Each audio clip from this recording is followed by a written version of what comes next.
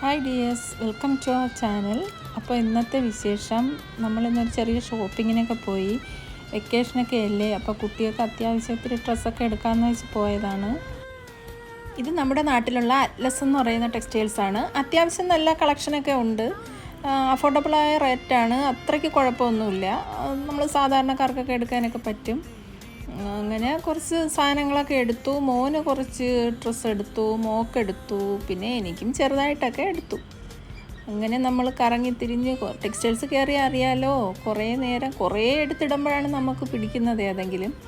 അങ്ങനെയൊക്കെ നമ്മൾ സെലക്ട് ചെയ്തു. എന്തായാലും ഹാപ്പിയായി, വിചാരിച്ച പോലെയൊക്കെ കിട്ടി.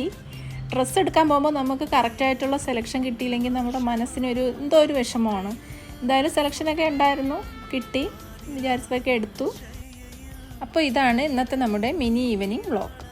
Bye bye.